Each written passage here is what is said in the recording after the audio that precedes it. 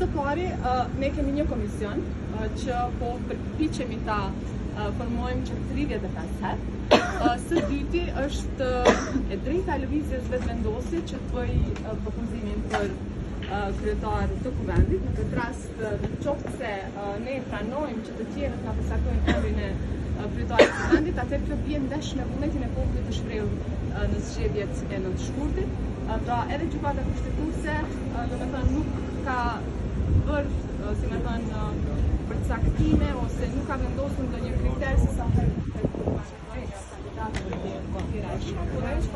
besoj është e rëndësishme të themi është që qoftë në lobistë të fshehtë kanë gjatë vota, nuk kanë thënë që të tërhiqen. Pra ky ka qenë kompromisi i parë që kemi bërë, në fakt ka qenë qëndrim i njanshëm i imi, por që është shpjeguar nga vetëvendosja. Dhe kompromisi i dytë është që le të analizojmë bashkë komisionin të lobistë të fshehtë dhe le të merremi vesh për kryetarin e